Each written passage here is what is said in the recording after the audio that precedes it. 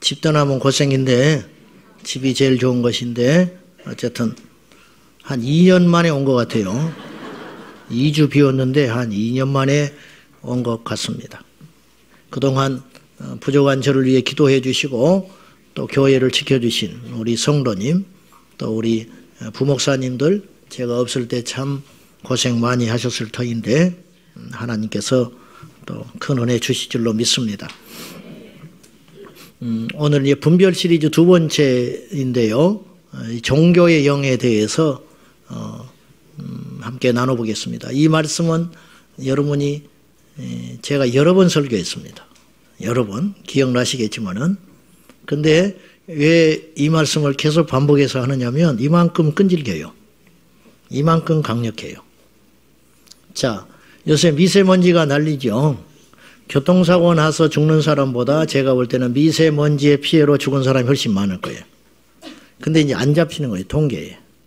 미세먼지가 이렇게 심하게 등장한 지가 이제 근자인데 지금 당장 어떻게 되진 않아요.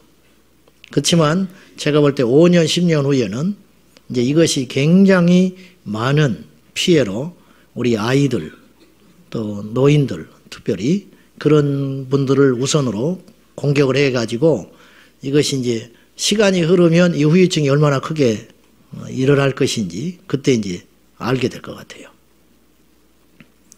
가습기 살균제라는 것이 제가 아는 우리 학교 동문 그 사모님이 이걸로 돌아가셨어요. 먼 데 있는 일이 아니더라고. 폐가 굳어져 가지고 10년간 투병하고 돌아가셨는데 몰랐어요. 왜 그런지를 모르는 거예요. 근데 이제 알게 된 거예요. 그 이유가 뭐냐면 가습기 살균제 때문에 그랬다는 거예요. 지금 알게 모르게 굉장히 많은 사람들이 이 피해에 억울해하고 하소연을 하고 있습니다. 근데 증명하기가 쉽지가 않아요. 그걸로 인하여 피해를 봤다는 확실한 증거. 그게 뭐냐면 이게 어떤 물건 사놓고 그걸로 피해 본 게 아니잖아. 교통사고 나고 분명한 게 아니잖아. 그러니까 그때 물건을 샀다는 영수증이 있어야 한다는 거예요. 근데 그 몇천 원짜리 영수증을 누가 지금 10년, 20년 가까이 써온 전에 그걸 썼던 사람들이 누가 그것이 있었겠어요. 저희도 썼거든요. 우리 꼬마 어리고 할 때. 계속 썼으면 큰일 날 뻔했어요. 그러니까 이제 이런 것들이 알게 모르게 어마어마한 피해가 있다는 거죠. 여러분, 교회 밖에 있는 사람은 당연히 믿음이 없기 때문에 분별이 딱 돼요. 아, 저 사람 구원받지 못했구나. 근데 교회 안에도 구원받지 못한 자가 있다는 거죠. 그러면 교회 안에서 구원받지 못한 자의 제일 큰 피해, 무엇 때문에 교회를 그렇게 오래 다녔는데 구원을 받지 못할까? 제가 내리는 판단은 뭐냐면 종교의 영 때문에 그럴 가능성이 크다는 거죠. 왜 종교의 영이 모든 사람에게 이렇게 큰 피해가 되느냐 하면은 모든 인간은 종교적이기 때문에 그렇습니다. 역설적으로. 모든 사람에게는 신심이라는 게 있어요. 제 어릴 적 기억에 소풍을 사찰로 많이 갔어요. 산에 있는 곳으로. 시골이니까. 맨날 가봤자 그런 데 가는 것인데 사찰로 가면은 저는 불교 신자가 아니었습니다. 우리 집안도 불교 신자가 아니었어요. 그때는 교회도 안 다니고 불교 신자도 아니었어요. 그런데 왠지 그곳에 들어갈 때 내 마음속에 누가 시키지도 않았는데 옆 사람과 잡담하면 안 될 것 같은 느낌. 왠지 여기서는 경거망동해서는 안 된다는 느낌. 그런 느낌이 나를 확 사로잡는 것을 어릴 적에 가졌던 기억이 나요. 이게 바로 종교심이에요. 종교심. 그렇기 때문에 종교는 신앙과 다르거든요. 종교는 생명이 아니거든요. 그러니까 우리가 갖고 있는 영적인 종교심, 그것이 하나님을 만나는데 도움이 되기도 하겠지만은 거침돌도 엄청나게 된다는 거예요. 이것을 분별해내야 되는데 중요한 건 이거예요. 자기 자신을 얼마나 객관적으로 보느냐예요. 저도 마찬가지입니다. 제가 예를 들어볼게요. 우리가 마치 종교의 영에 대해서 분별을 하고 종교의 영이 문제가 있다. 그럼 우리가 다 그런 문제의식을 가지고 볼 때 나는 거기서 해방된 것 같아. 우리가 예수님을 잘 믿자. 예수님 똑바로 믿지 않으면 교회를 아무리 다녀도 필요 없고 지옥의 심판을 받는다. 우리가 아멘 할 때 위험한 건 뭐냐면 나는 해당이 안 된다고 여길 수 있다는 거죠. 제가 이 강단에서 믿음에 대해서 선포를 하고 올바른 믿음이 아닌 것에 대하여 제가 막 신랄하게 분별을 하면서 설교를 할 때 우리가 가질 수 있는 함정은 뭐냐면 마치 그렇게 설교하고 있는 저와 설교를 듣는 우리들은 그런 것과 해당이 없는 마치 건실한 그리스도인인 것처럼 우리 스스로 함정에 빠질 수 있다는 거죠. 그런 경우에 있을 때 가장 위험한 상태라고 저는 생각해요. 그런 상태가 가장 위험하고 그런 상태가 역설적으로 사탄이 공략하고 농락하기가 제일 쉬운 상태다. 네, 그런 말이죠. 내가 여기서 기도회나 한다. 저 사람들은 기도도 안 해. 그런 상태가 정말 위험한 상태라는 거예요. 우리는 성령에 충만하다. 우리는 깨어있다. 근데 저 사람들은 뭐하나? 그 상태가 정말로 위험하고 사탄의 밥이 될 수 있는 그러한 경우라는 거예요. 개미가 있었는데 개미 중에 보니까 20%가 열심히 일을 하더라는 거예요. 개미 중에. 다 일을 열심히 하는 게 아니고. 그래서 이제 과학자들이 그 개미, 일을 열심히 하는 개미를 이렇게 핀셋으로 골라가지고 그 20% 일을 열심히 하는 개미들을 따로 모았어요. 그럼 어떤 일이 벌어지느냐? 이제 이걸 검사한 거예요. 연구를 해보니까 그러면 일을 열심히 하는 사람들을 하는 개미들을 모아놨으니까 이 개미들이 죽어라 열심히 일을 해야 되잖아. 근데 이상한 일이 벌어지더라는 거예요.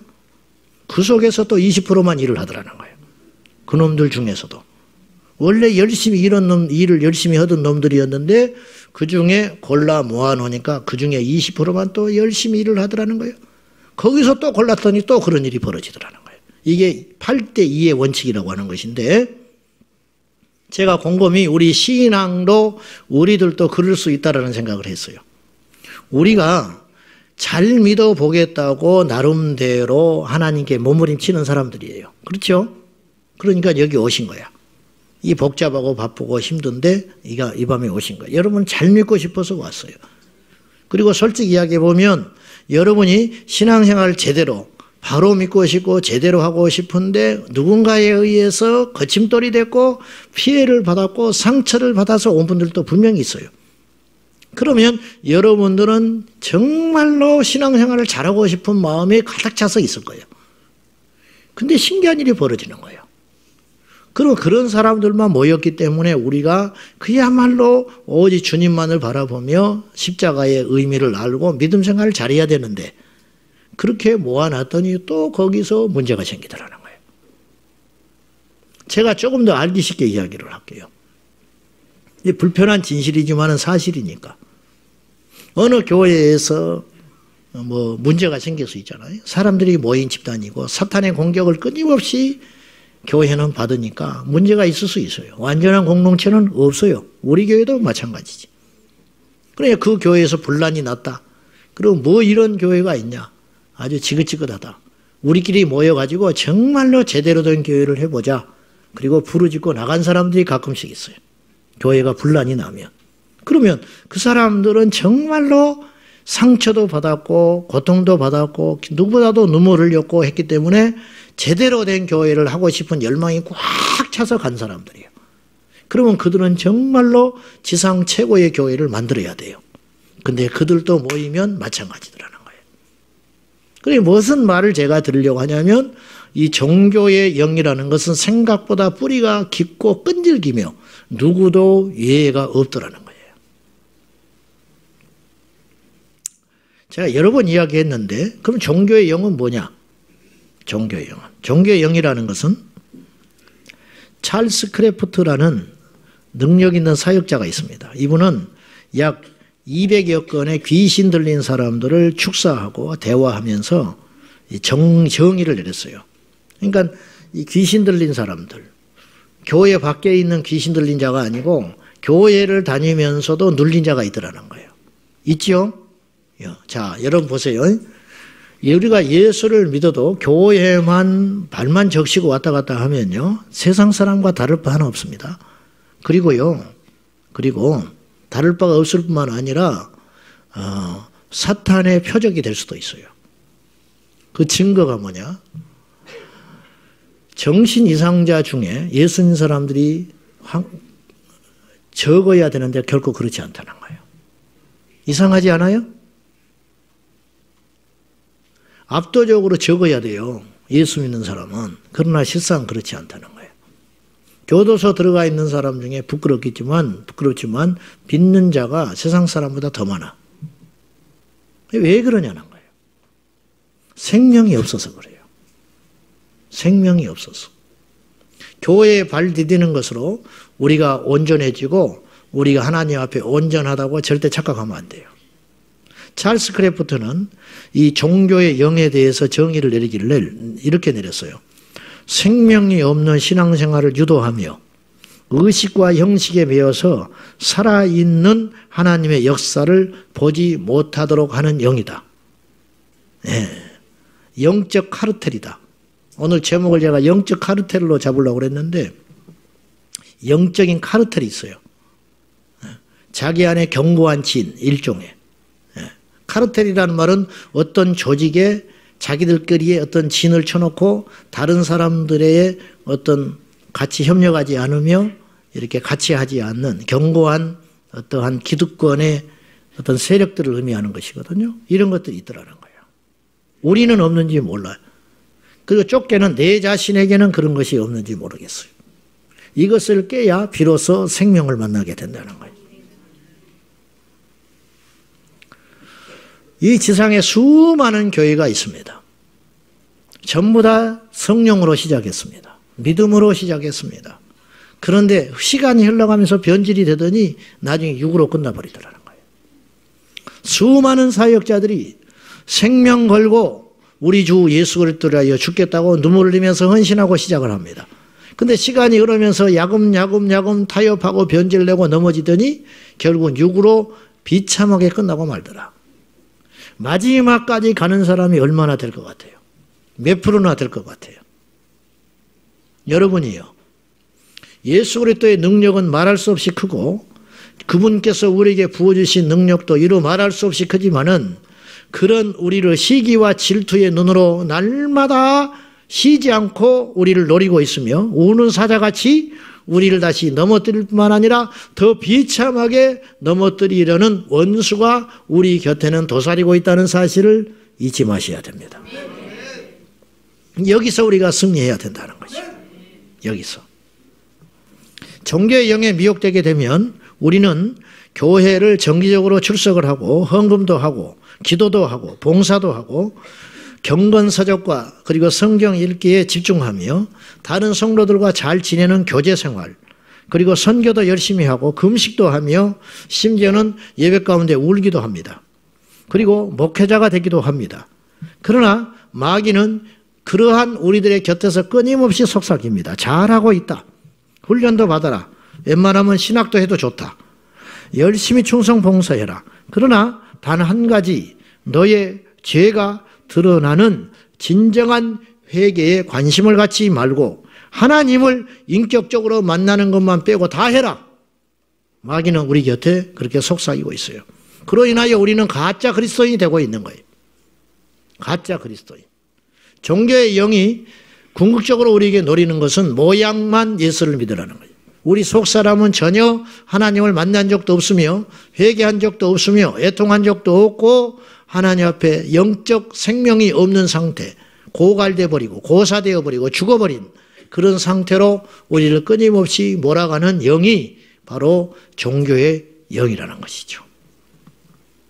아담과 하와가 에덴 동산에서 사단에게 넘어졌던 이유는 사단이 친밀한 존재였기 때문입니다. 익숙하고 친밀한 존재, 대화를 했잖아요. 전혀 경계하지 않았습니다. 마귀는 얼굴에 피를 묻히고 깃발을 흔들고 사이렌을 흔들면서 우리에게 오지 않아요. 마귀는 가장 익숙한 방법으로, 그럴듯한 방법으로 가장 가까운 사람을 통하여 우리에게 미혹하며 넘어지며 그럴듯한 논리로 자기 합리화를 통하여 우리 자신들을 쓰러뜨리는 존재라는 것이죠. 오늘 본문은 마술사 시몬에 대한 이야기입니다. 스데반이 순교합니다. 그리고 그 이어지는 대대적인 핍박으로 인하여 믿는 자들이 흩어지게 됩니다. 그런데 핍박은 있지만 하나님의 부흥의 역사를 막을 수는 없습니다. 이것을 우리가 기억하셔야 돼요. 오히려 이것 때문에 이방과 사마리아에 그리스도의 복음이 빠르게 전파되는 대역설이 일어나게 되는 것이죠. 여러분, 하나님의 역사를 우리는 함부로 우리 생각으로 옳다 그러다, 끝났다, 계속된다 그렇게 판단해서는 안 돼요.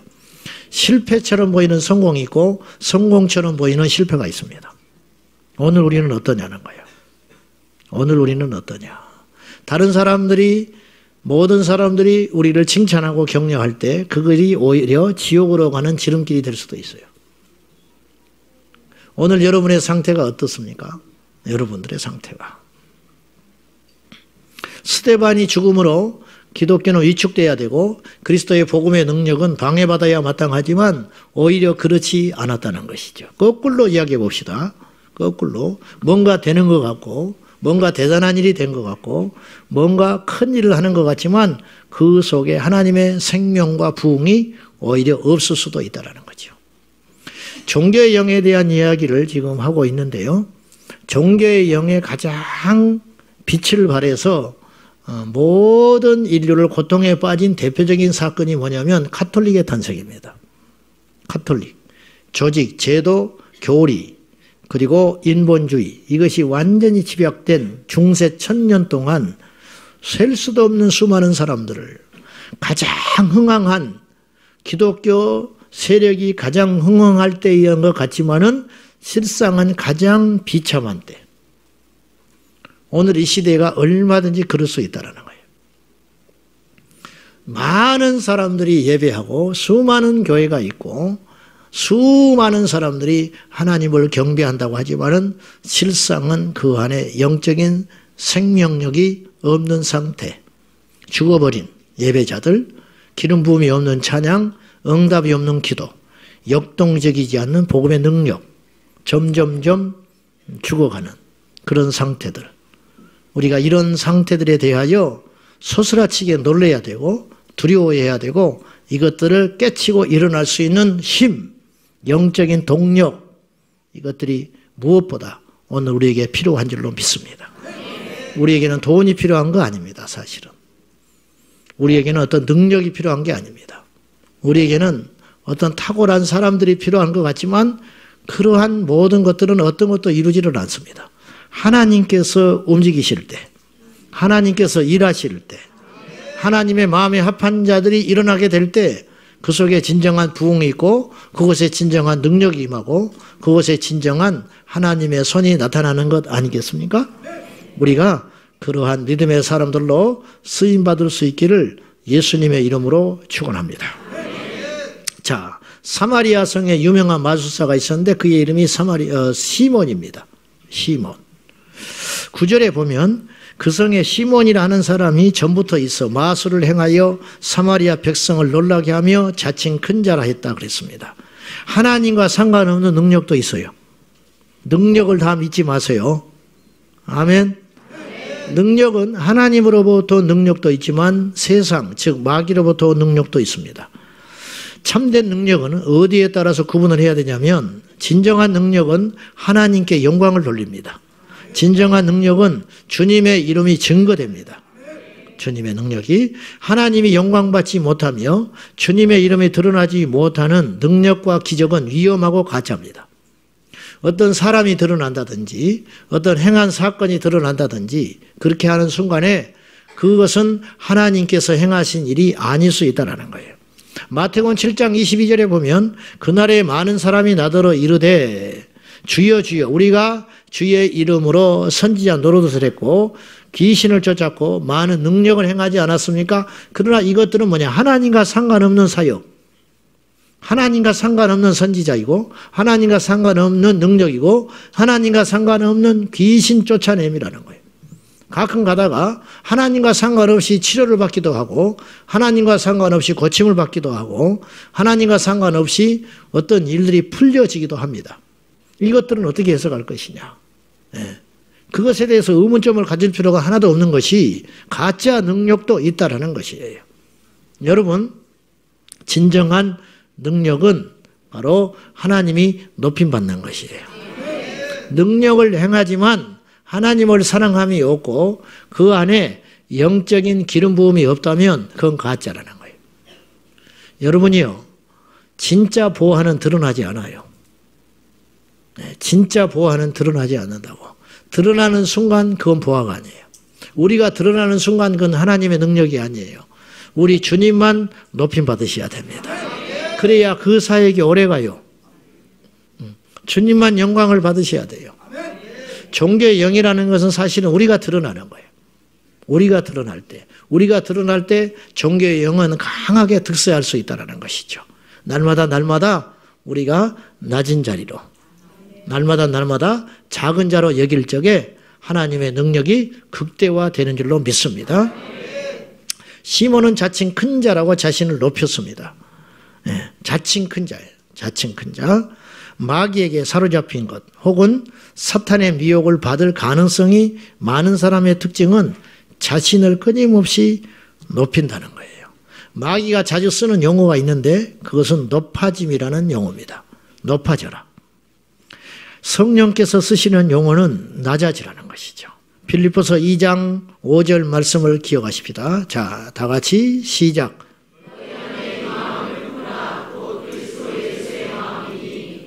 그는 근본 하나님과 본체시나 동등됨을 취할 것으로 여기지 아니하시고 자기를 낮추고 죽기까지 복종하셨다. 사탄의 미혹에 넘어간 자는 자기 스스로에 도취돼요. 자기는 특별하다고 여깁니다. 이 중에도 그런 사람이 한 2명 앉아 있는 것 같아요. 우리는 특별하다. 우리 교회는 특별하다. 우리 신앙은 특별하다. 내 믿음은 특별하다. 큰일 납니다. 죽으려고 작정한 겁니다. 죽으려고 작정한 것. 나르키소스, 나르시즘. 나르키소스는 고대 헬라의 신화에 등장하는 아주 잘생긴 사내인데 너무너무 잘생겨가지고 어느 날 이렇게 샘물을 보고 놀래버렸어요. 그때 거울이 없었을 때니까 물을 마시러 이렇게 샘물에 갔다가 그 샘물에 비친 자신의 얼굴에 스스로가 도취돼가지고 시름시름 앓다가 죽어버려요. 상사병이 나가지고. 자기 얼굴을 보고 너무 잘생긴 사내를 보고 저렇게 잘생긴 사내가 있나 하고 짝사랑을 하다가 시름시름 앓아 죽어버리는 거예요. 여기서 나온 말이 나르시즘이에요. 자기 도취, 정신병의 일환이죠. 영적 자기 도취에 빠진 사람들이 너무 많아요. 스카펙이라는 이 사람은 제가 알기로 정신의학자인데 거짓의 사람들이라는 책에서 이런 말을 했어요. 악성 나르시즘의 특성은 복종할 줄 모르는 자기 의지에 있다. 악성 나르시즘의 특성은 복종할 줄 모르는 자기 의지. 우리가 하나님 앞에 고개를 다 숙여야 되거든요. 근데 이렇게 뻣뻣하게 서 있는 존재들이 있다는 거예요.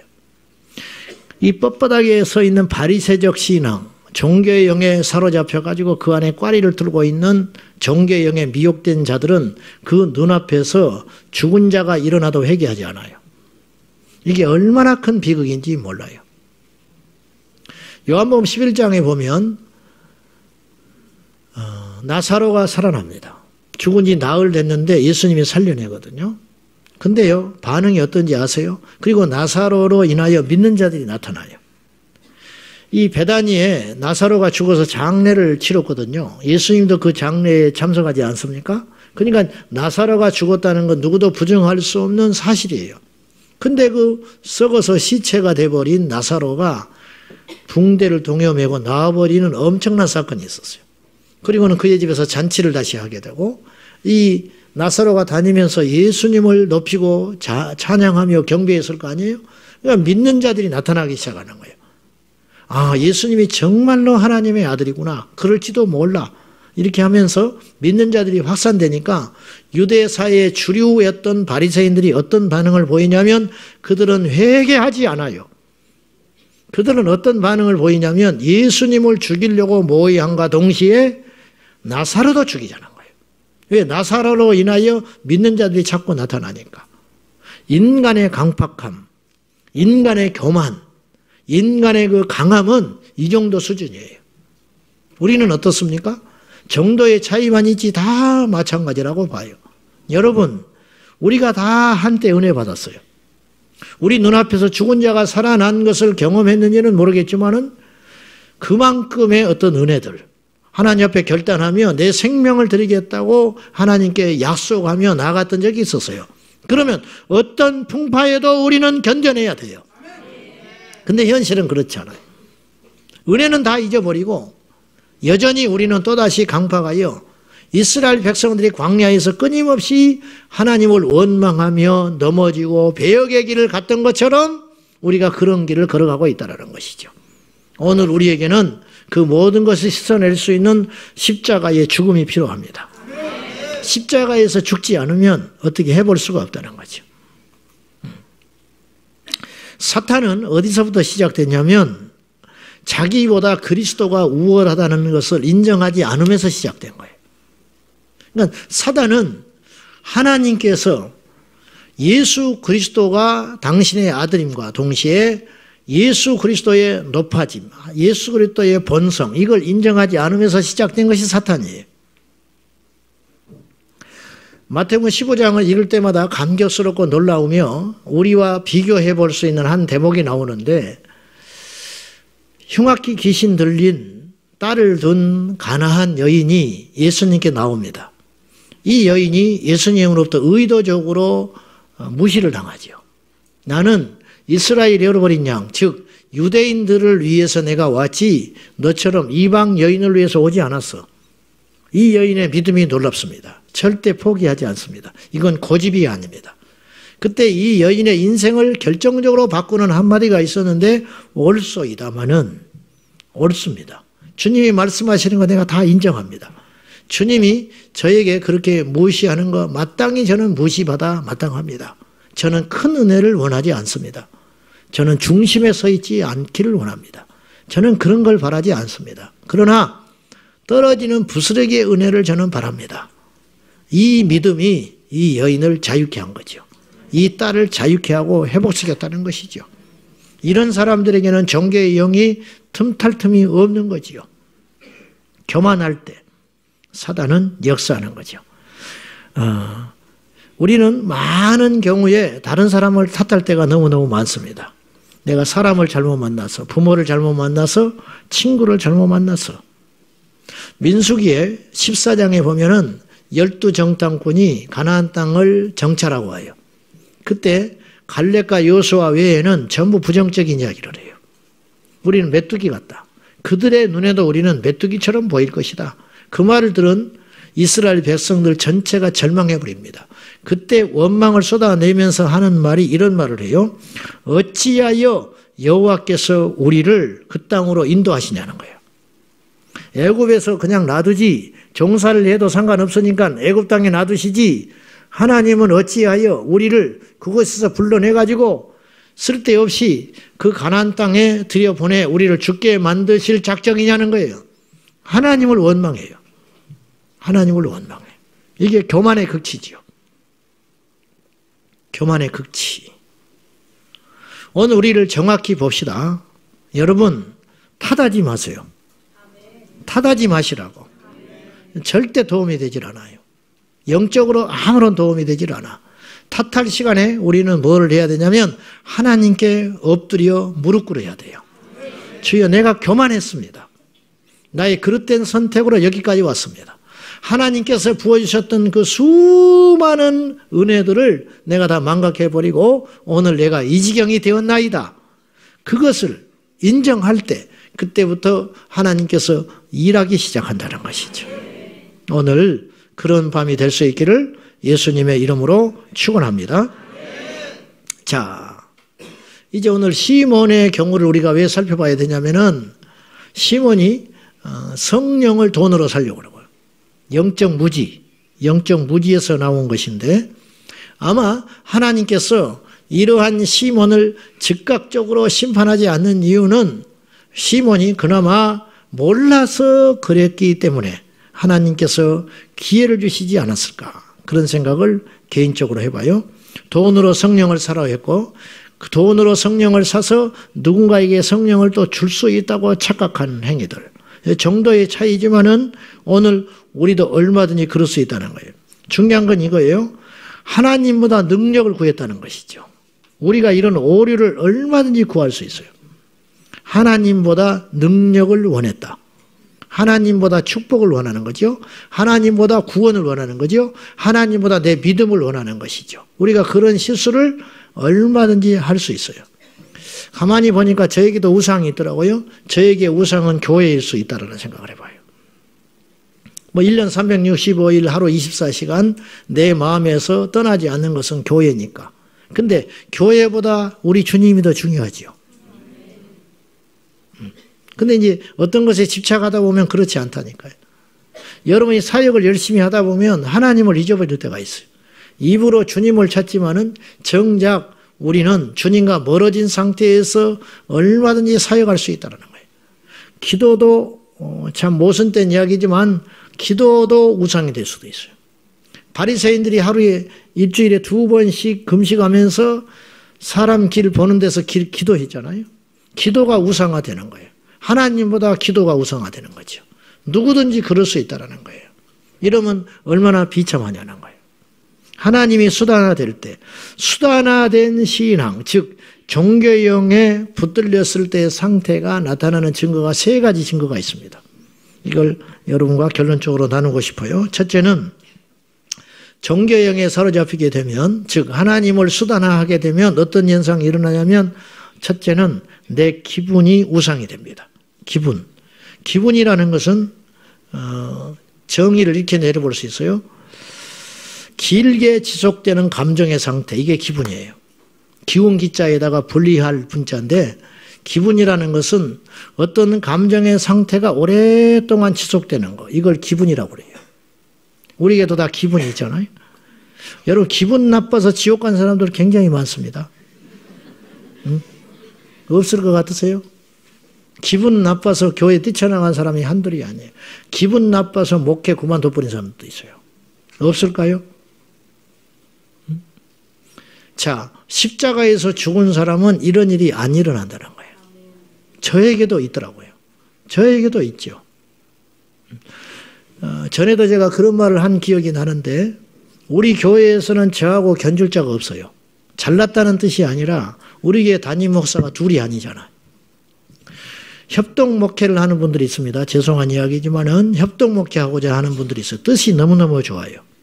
이분은 말씀을 전하고, 이분은 행정을 하고, 이분은 교육 전문가고, 뭐 이런 거. 이분은 능력이 있으니까, 또 이분은 상담을 잘하는 분이니까, 그런 기가 막힌 분들이 모여서 목회를 같이 시작해요.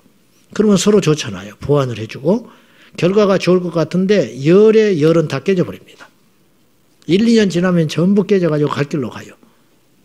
이게 십자가에서 죽지 못한 증거거든요. 저에게는 없는가? 당연히 있죠. 저는 우리 교회에서 질투하는 대상이 없어요. 왜냐? 담임 목사가 나 혼자니까. 그렇지 않겠어요? 근데 저와 동등한 사람이 어떤 사람들이 있다. 그러면 저는 질투할 거예요. 시기할 것이고. 그래서 목사들끼리 모이면 본색이 드러나는 거예요. 목사들끼리 모이면. 거기서 기분 나빠하는 것이죠. 기분이 나쁜 이유는 뭐냐? 내 자아가 살아있어서 그래요. 주님을 위해서 분노하는 것과 내 기분이 나빠서 분노하는 것은 아주 다른 문제라는 거죠. 다윗이 분노합니다. 하나님이 모독다는 건 가능한 것 때문에 골리앗이 하나님을 모독하는 소리를 듣고 다윗이 분노합니다. 이 분노와 사울이 다윗으로 인하여 분노하는 건 완전히 다른 차원이라는 거예요. 여러분에게 묻고 싶어요. 뭐 때문에 기분 나쁘세요? 한번 옆 사람한테 물어봐. 요새 기분이 어쩌냐고. 기분이 뭐라고 그랬어요? 아까 제가? 어떤 감정의 상태가 오래 가는 걸 기분이라고 그래요. 컨디션, 영적 컨디션. 요새 기분이 어떠냐고 말이에요. 오늘 기분 나빠서 교회 안 온 사람도 꽤 있을걸? 기분 나빠서 교회 안 와버려. 기분 나빠서 기도가 안 돼. 기분 나빠서 일을 안 해버려. 기분 나빠서 봉사 안 해. 언제까지 그럴 것인데. 이게 종교의 영이에요. 내 기득권, 내 카르텔을 지키려고 하는 거. 그것이 침범당하면 못 견디는 것이죠. 그로 인하여 마음 상하는 것이죠. 하나님의 영광은 어디 있죠? 하나님의 영광은 어디 있어요? 모세가 엄청난 분입니다. 이게 연단의 결과인데요. 저도 그렇고 여러분에게도 연단이 무지무지 필요해요. 어느 날 장막에서 예언하는 자가 있었어요. 여호수아가 모세에게 일러 바칩니다. 그러자 모세가 여호수아를 편들어주지 않아요. 누구 때문에 그러냐 너? 뭐 때문에 기분 나쁜데? 어? 그가 예언하는 것이 왜 문제가 되는데? 질서가 깨지니까 하지 말자는 거예요. 여호수아는. 모세는 그걸 뛰어넘는 자였어요. 모세도 원래 그런 자가 아니었어요. 그러나 그걸 뛰어넘은 거예요. 다윗이 압살롬에 의해서 피난 갈 때 다윗의 생애 가운데 몇 가지 주목할 사건들이 사실 많이 있어요. 요새 우리가 새벽기도 때 사무엘하를 했는데요. 다윗이 골리앗을 이긴 것도 참 위대한 일이고 목동에서 왕이 된 것도 위대한 일이지만은 다윗의 생애 가운데 빛나는 몇 가지 사건이 있다고 나는 봐요. 그건 뭐냐면 요나단의 아들 무비보셋이 절뚝발이 장애자가 됐을 때 그를 퇴락한 왕족의 후손이기 때문에 일반적으로 다 없애버려야 됩니다. 멸문제하를 지켜야 나중에 반란의 씨앗이 없어지는 거예요. 근데 다윗은 무비보셋을 껴안습니다. 아침마다 나하고 밥 먹자. 알아요. 그렇지 않다가는 이 아이가 생존할 수 없다라는 걸 아는 거예요. 그가 나중에요. 압살롬에 의해서 피난 갈 때 시므이가 사울 혈통의 인척인데 시므이가 쫓아나오면서 막 돌을 던지고 저주를 해요. 네가 피를 흘렸기 때문에 그 대가를 치르는 것이라고 조롱합니다. 그러나 다윗은 놔두라고 그래요. 하나님이 허락지 않으면 하나님이 허락지 않으면 저런 일이 일어나겠냐는 거예요. 나는 그런 말을 들을 만하다. 어떠세요? 우리는 중요한 겁니다. 기도를 많이 하는 사람도 이 벽을 못 넘는 것 같아요. 사역자들도 이 벽을 못 넘는 것 같아요. 열심히 충성 봉사하는 사람도 이 벽을 못 넘는 것 같아요. 어렵겠지만요. 이것과의 싸움인데 우리 교회 성도님들, 오늘 이 자리에 참석하신 여러 성도님들 자기 스스로 영적이라고 여기고 믿음이 있다고 여기고 나름대로 신앙생활 열심히 하는 분들이 많으신데 기분을 넘지 못하면 결국 스스로 무엇을 인정하는 꼴이 되냐면 나는 십자가에서 죽지 못했다. 십자가에서 죽은 자의 특징이 뭐냐? 기분에 따라 주님을 섬기는 것이 아니고 주님의 뜻에 따라 순종한다. 가끔 교회에서 보면 제가 속으로 찬사를 보내고 싶은 분들이 있어요. 나 같으면 그거 못해요. 저런 모욕을 당하고 저렇게 욕을 먹으면서 나는 그 일을 못할 것 같아. 그러나 묵묵히 그 길을 가는 사람이 있어요. 이게 넘어간 사람들이에요. 십자가에서 죽음을 경험했기 때문에 그 일이 가능하다는 것이죠. 그 속에 하나님의 생명이 일어나는 줄로 믿습니다. 두 번째는 하나님이 목적이 아니고 수단화된 종교의 영에 미혹된 자의 상태는 두 번째는 내 만족을 따라요. 여러분 하나 질문해 볼게요. 나는 좋은데 주님께는 이것이 좋은 일이 아닐 때 어떻게 해야 될까요? 나는 좋은데 주님께는 좋지 않을 때 우리는 어떻게 해야 돼요? 거꾸로 해봅시다. 나는 힘들어도 그렇지만 이거 주님의 뜻이라면 어떻게 할 거예요? 해야 돼요? 몇 사람 없네.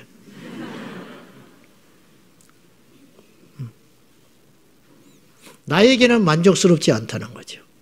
그러나 주님의 입장에서 볼 때 이 일이 진행되어야 된다면 기꺼이 순종하고 따를 수 있는가?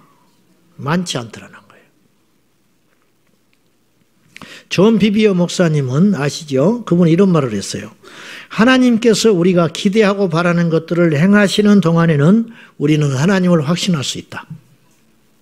내가 원하는 것과 하나님의 원함이 맞아떨어질 때 우리는 그분을 신뢰하고 얼마든지 확신한다는 거예요. 그러나 하나님께서 우리의 기대와 다르게 행하시면 우리의 신뢰는 흔들려 버린다.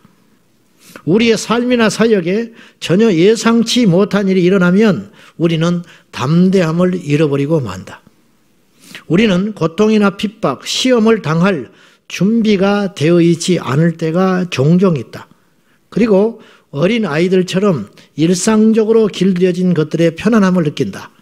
우리가 원하는 것을 우리가 원하는 때에 그리고 우리가 원하는 방식으로 얻지 못하게 되면 우리는 시험에 빠지게 된다. 하나님께서 우리가 정확히 원하는 것을 주실 때 그리고 우리 앞에 일어날 일들이 예측이 가능하게 될 때 우리는 자신과 확신이 가득 차게 된다. 그러나 우리의 상황이 힘들어지면 우리 내면에 있는 진정한 동기가 여지없이 드러나고 만다. 그래서 하나님이 우리를 흔들어 보는 거예요. 자, 몇 달 전에 하나님 앞에 기도하면서 궁금한 걸 여쭤본 적이 있었습니다. 어째서 이 세상이 갈수록 흉악해집니까? 동성애, 차별금지법. 하나님은 분명히 살아계실 터인데 어째서 이렇게 믿기가 힘들어집니까? 하나님은 뭐 하십니까? 그때 주님께서 내게 주시는 마음이 있었어요. 이 땅의 교회를 흔들어서 알곡과 가라지를 구분하기 위함이다.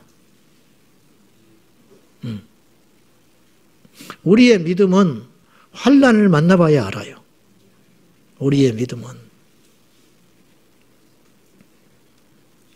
저도 그렇고 여러분도 그렇고 마찬가지입니다. 내 만족을 따르는 것은 진정한 믿음이 아닙니다. 하나님께서 원하시는 것. 예수님께서 겟세마네 동산에서 기도하실 때 아버지여 이 잔을 옮겨주십시오. 그게 예수님의 솔직한 마음이에요. 십자가의 고통 앞에서 십자가를 피하고 싶었던 본능. 그러나 내 뜻대로 마시고 아버지의 뜻대로 되기를 원합니다. 이게 얼마나, 이게 십자가에 이미 죽은 자이죠. 나의 뜻대로 마시고 아버지의 뜻대로 되기 원합니다. 네. 내 기분과 내 만족과 나의 뜻을 따라 가는 삶이 아니라 나는 상관없습니다. 아버지의 뜻이 이루어질 수만 있다면 그리하겠습니다. 네. 이것이 이제 이론적으로는 가능하지만은 이렇게 믿음의 삶으로 실제로 살아가는 사람들은 만만치 않더라는 것이죠. 세 번째는 내 이익을 따릅니다. 주님은 중심을 보시죠. 우리의 중심을. 예. 사람은 다 이기적이에요. 저도 그렇고 여러분도 그럴지 몰라요. 부끄러운 이야기를 하나 하겠습니다. 저희가 신대원 다닐 때 마지막 졸업학기가 됐을 때 여기저기서 사역을 가야 돼요. 사역을 가야 되는데 소위 말하는 좋은 교회가 있는 거예요. 전도사로 나갈 때 대기업이 있고 중소기업이 있는 거예요. 여러분 어디 가고 싶어요? 나는 그때 내 소위가 들키질 않았어. 왜냐하면 이미 나는 정해져 있었어요. 다니던 교회에서 감사하게도 내게 사역을 할 수 있도록 계속 길을 열어줬기 때문에 저는 그것과 아무 상관이 없었어요. 나도 만약에 그런 일을 닥쳤다면 내 동기가 드러났을지 몰라요. 그때 어떤 일이 있었냐면은 한 300명 그때 당시 졸업을 하게 됐으니까 복잡하니까 추진위원들을 몇 사람을 정했대요. 나는 몰라. 그런데 별 관심이 없었는데 몇 사람이 추진위원들이 이제 복잡하니까 막 중구난박으로 이력서 내고 그렇게 하지 말고 우리끼리 정리를 하자. 우리끼리 경쟁하지 말고 나중에 알고 봤더니 그분들이 다 좋은 데 가버렸어. 알고 봤더니. 그래서 우리가 씁쓸하게 웃었지요. 그렇구나. 기도하는 분들도 하나님을 찬송하는 사람들도 결국은 그것에 넘어질 수 있구나. 그것을 내가 똑똑히 봤습니다. 나는 어떤가요? 마찬가지라는 거죠. 사랑하는 여러분, 우리 모두가 종교의 영에 사로잡히지 말고 생명 있는 그리스도인, 우리 자신들을 자꾸만 낮추고 죽여서 우리 모두가 그런 영에 사로잡힐 수 있다는 후보자라는 것을 엄히 명심하고 끊임없이 숨어지고 낮아지고 하나님 불어버리면 끝나요? 알죠? 하나님 불어버리면 끝장이라. 예. 제가 예전에 철야 끝나고 주일날 1, 2, 3부 예배 드리고 목소리가 멀쩡했는데 주일 오후에 광고하러 올라왔는데 소리가 안 나와 본 적이 있었어요. 예. 그때 몇 달 전에요. 그런 적이 한 번 있었어. 여러분은 뭐 이상하네. 왜 갑자기 저러나. 근데요. 그때 제가 큰 두려움을 느꼈어요. 아, 내가 이런 날이 올 줄 알았다. 내가 목을 너무 이렇게, 저는 16세 예수 믿을 때부터 소리를 질러대고 살았기 때문에 그래서 목소리가 내가 좋지 않거든요. 이게 탁하고 허스키한 게 그 이유인데, 근데 하나님 은혜로 다행히 목이 잠기지 않고 또 잠겨도 금세 풀어지고 그러한 목성을 하나님이 주셨는데 그날은 내가 두렵더라고요. 왜냐하면 월요일날 아침인데 소리가 안 나. 화요일날 일어났는데 또 소리가 안 나. 그래서 내가 그때 새벽 기도를 며칠 쉰 적이 있었는데 하루 지나고 이틀 지나니까 내 안에 어떤 마음이 들어오냐면 이건 보통 일이 아니구나. 이거 큰일 났다. 네. 그때 제가 하나님께 무릎 꿇으면서 고백한 것이 있었는데 아무것도 아니구나. 여러분, 설교를 기가 막히게 준비하면 뭐 하겠어? 목소리가 안 나가버리는데 끝장나는 거죠. 아무것도 아니에요. 여러분, 우리를 써주신 하나님이 영광을 받으시고 우리를 인도하시는 그분이 높임을 받으시고 우리에게 능력을 주신 그 하나님이 영광을 받으셔야지 우리가 뭐라고 아무것도 아니라는 걸 꼭 기억하고 우리 서로 더욱 섬기고 더 낮아지고 더 사랑하면서 우리 평생에 이 종교의 영에 미혹에 빠지지 말고 항상 처음으로 항상 다시 항상 나는 아무것도 모른다는 그러한 겸손함으로 백지의 상태로 하나님께 나아가면 우리가 어쩌면 주님 오시는 그날까지 그리고 죽는 그날까지 하나님께 순전하게 쓰임 받을지도 모르겠습니다. 우리가 그러한 믿음의 주인공이 될 수 있기를 예수님의 이름으로 축원합니다. 기도하겠습니다.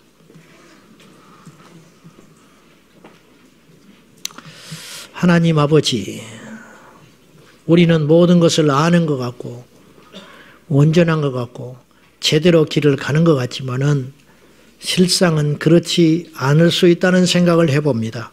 아버지 하나님, 누구보다도 우리가 교만한 사람들이고 누구보다도 우리가 위험한 상태에 있다는 것을 하나님께 고백합니다. 다시 한번 십자가 밑으로 숨기를 원합니다. 다시 한번 죽기를 원합니다.